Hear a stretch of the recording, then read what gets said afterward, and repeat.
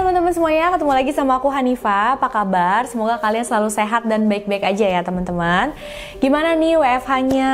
Kalian ngapain aja sih di rumah? Kesibukan kalian apa aja nih waktu di rumah kayak gini? Nah, hari ini aku akan membahas kasus pembunuhan yang sebenarnya bisa dibilang kasus ini dipecahkan sama si korbannya sendiri. Nah loh, gimana sih maksudnya? Tanpa basa-basi lagi, langsung aja yuk kita bahas.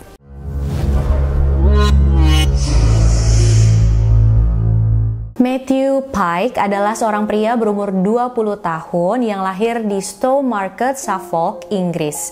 Dia itu sama orang-orang terdekatnya dikenal sebagai orang yang supel, santai. Dia juga gak pernah punya masalah besar, berantem, atau ribut-ribut gitu ya sama siapapun. Pokoknya tipe orang yang baik-baik aja lah. Matthew itu sangat tertarik dengan segala hal yang berhubungan dengan komputer, video games, dan teknologi. Ya, gak jauh beda sih ya sama orang-orang seumurannya dia. Dia bakalan habisin banyak waktunya di depan komputer untuk chat-chatan gitu ya sama orang lain secara online. Dia juga main video game online.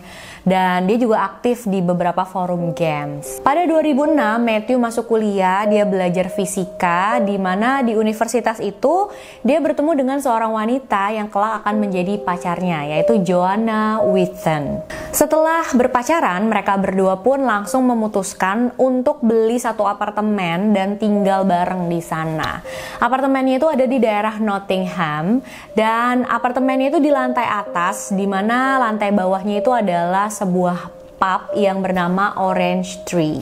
Matthew dan Joanna itu sama-sama suka banget bermain video games dan mereka itu bener-bener sering banget main video games bareng dan mereka sangat mencintai aktivitasnya ini.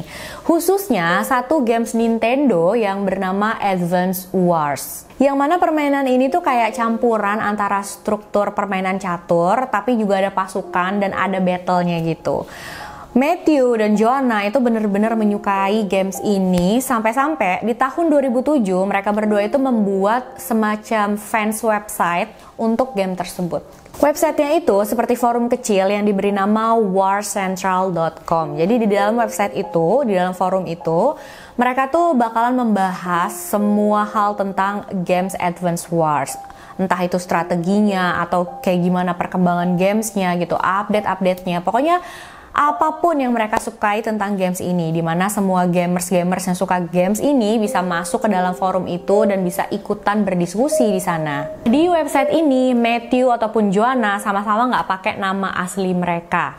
Untuk Matthew, dia pakai nama Sid, dan Joanna, dia pakai nama Georgia. Dalam waktu cepat, website yang mereka buat ini membentuk suatu komunitas yang sangat kecil sih sebenarnya, tapi benar-benar aktif dan sangat loyal.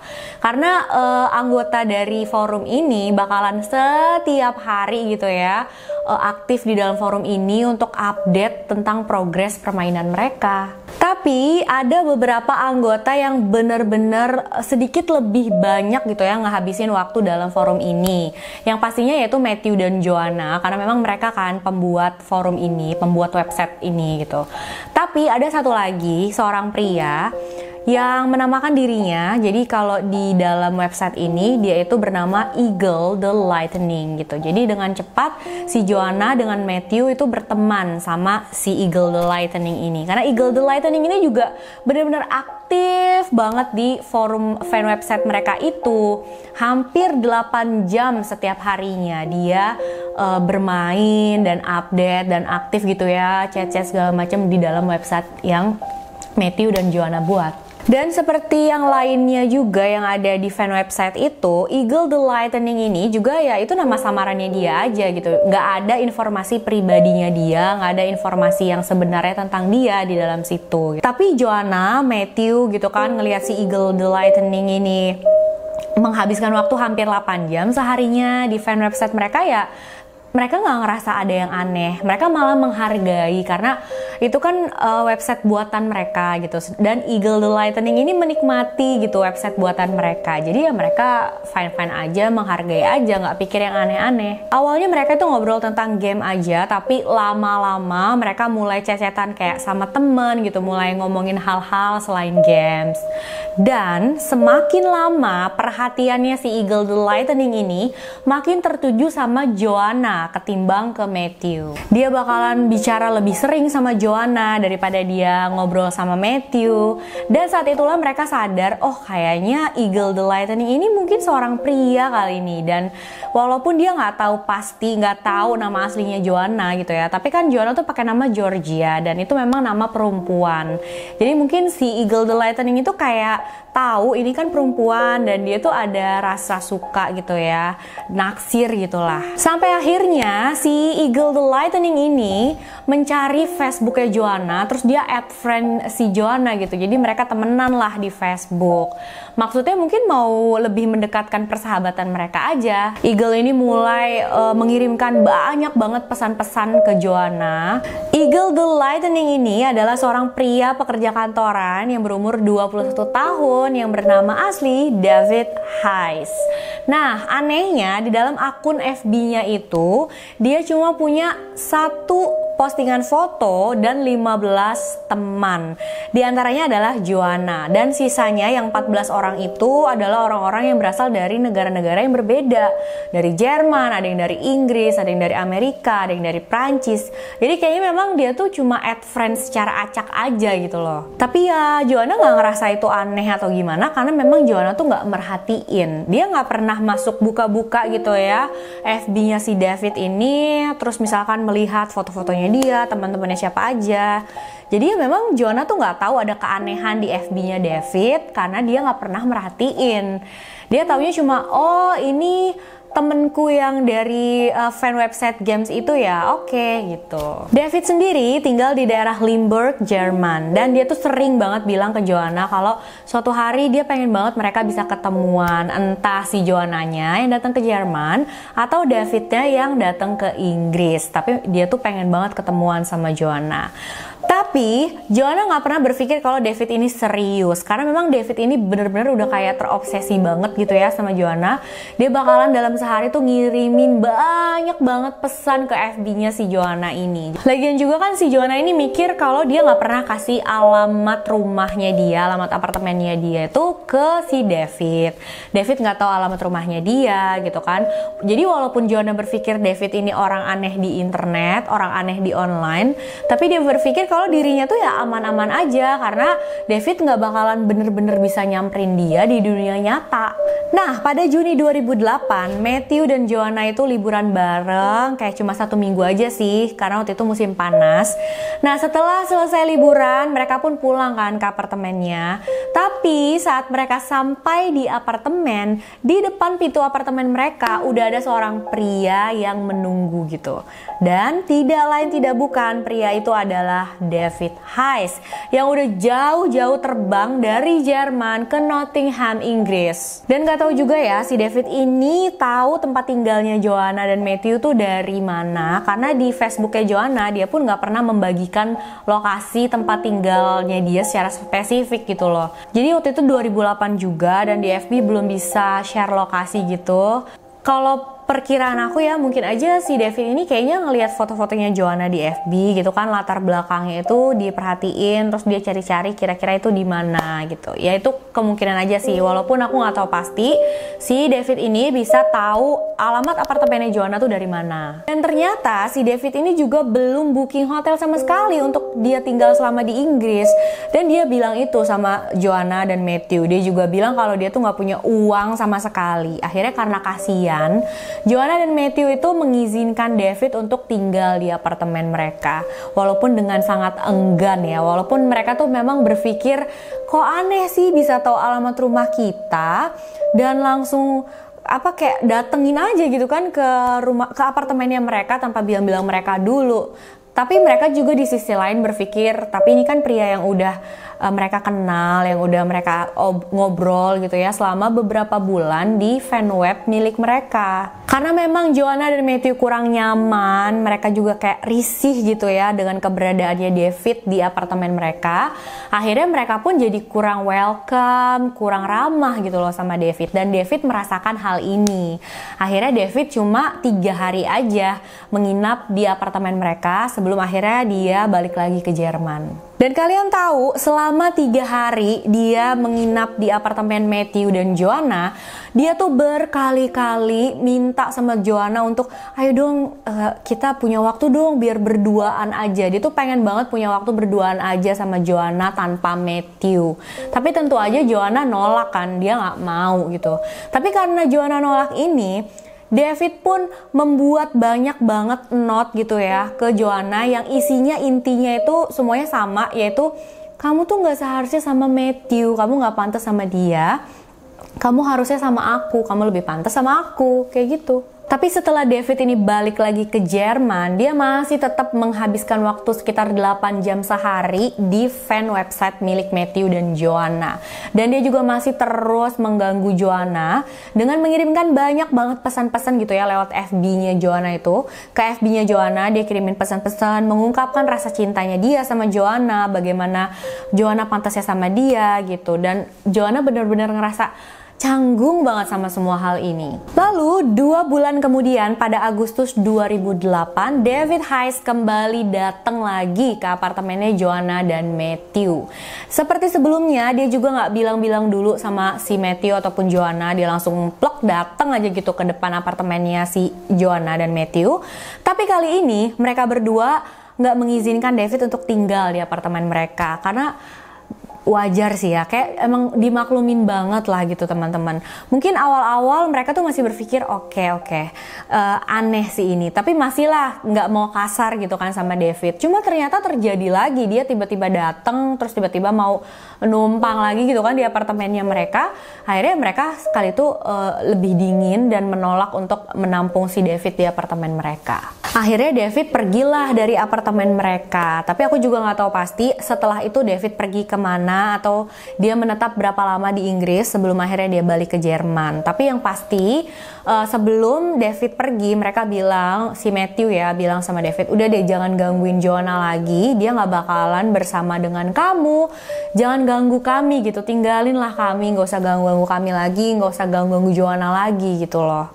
Setelah semua kejadian itu, mereka memblok David dari fan website yang mereka buat. Jadi David udah nggak bisa lagi nih gabung sama fan website mereka. Dan Joanna pun udah nggak pernah menerima pesan-pesan lagi dari David lewat FB-nya. Dalam beberapa waktu, kehidupannya Matthew dan Joanna itu berjalan dengan normal. Kayaknya mereka tuh berasa udah berhasil gitu ya, menyingkirkan David dari kehidupan mereka. Mereka udah senang banget, mereka udah tenang-tenang lagi nih kehidupannya. Sampai akhirnya, di hari Jumat tanggal 19 September 2008, itu udah sekitar 1,5 bulan sejak mereka hilang kontak dengan David. Nah, pada saat itu si Joanna tuh pulang ke apartemennya, dia habis pergi gitu ya sendirian, terus dia pulang ke apartemennya. Saat dia pulang, dia buka pintu, di lorong pintu masuk apartemennya dia melihat banyak sekali darah. Nah, terus dia ikutin lah jejak darahnya itu yang mengantarkan dia ke ruangan lain di dalam apartemennya. Dan di ruangan lain itu dia menemukan jasad pacarnya, Matthew Pyke.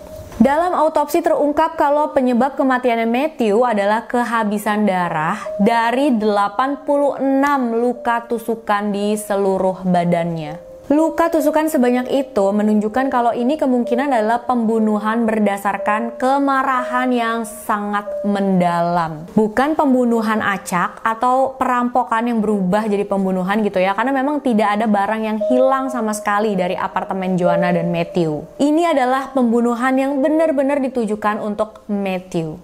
Sementara itu David Heiss masih tinggal di Limburg, Jerman, dan dia udah gak bertemu atau berhubungan lagi sama Matthew dan Joanna sejak mereka bilang untuk jangan ganggu mereka lagi gitu ya, jangan ganggu Joanna lagi. Dan entah gimana si David ini tahu tentang kematiannya Matthew, mungkin dari Facebooknya Joanna ya teman-teman, karena seperti yang kita tahu si David ini kan berteman sama Joanna di Facebook. Nah, si David memutuskan untuk memposting pesan di wall FB-nya si Joanna. Kata-katanya itu aku gak tahu fullnya kayak gimana, tapi ini ada penggalan kalimatnya yang menarik dan sangat sering dibicarakan.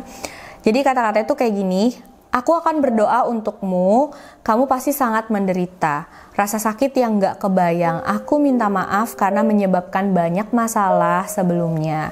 Aku harap kamu gak kehilangan harapan, kami berada di sini untukmu, kata si David. Kayak gitu. Sementara dalam hal investigasi, polisi mulai memeriksa keseluruhan apartemennya Joanna dan Matthew. Mereka benar-benar mencari bukti atau petunjuk yang bisa membantu mereka gitu ya untuk memecahkan kasus ini. Tapi mereka nggak menemukan banyak bukti dari sana, nggak menemukan banyak petunjuk, kecuali satu hal yang mungkin ini adalah petunjuk yang sangat-sangat penting yang bisa membantu mereka memecahkan keseluruhan kasus ini. Jadi di bagian samping komputernya, Matthew itu berhasil menulis 3 huruf menggunakan darahnya sendiri. 3 huruf itu adalah D, A, V. Polisi pun langsung tanya sama Joanna, tanya ya sama pacarnya Matthew gitu kan. Joanna, apa kamu tahu arti dari 3 huruf ini dan apa ini berarti sesuatu untuk kamu? Joanna pun langsung gitu ya dalam pikirannya berpikir ke David. Kemungkinan David Hayes itu adalah pembunuhnya dan ini adalah caranya Matthew untuk memberitahu polisi di saat-saat terakhirnya. Di tanggal 24 September 2008, 5 hari setelah pembunuhan pada Matthew, David Hayes ditangkap di rumahnya di Limburg, Jerman. Dia pun dikirimkan ke Inggris untuk diinterogasi. Pada saat interogasi ini, David mengakui kalau dia memang pelakunya, tapi dia bilang ini bukan pembunuhan, tapi usaha membela diri. Jadi dia cerita ke polisi kalau waktu di apartemen itu sebenarnya dia cuma berkunjung aja, terus tiba-tiba dia sama si Matthew tuh berkelahi keras dan Matthew itu berusaha membunuh dia. Jadi dia tuh membela diri dengan memutuskan untuk ya membunuh si Matthew. Tapi seperti yang aku bilang, 86 kali, kayaknya itu bukan aksi bela diri ya teman-teman. Terlalu berlebihan lah untuk usaha bela diri.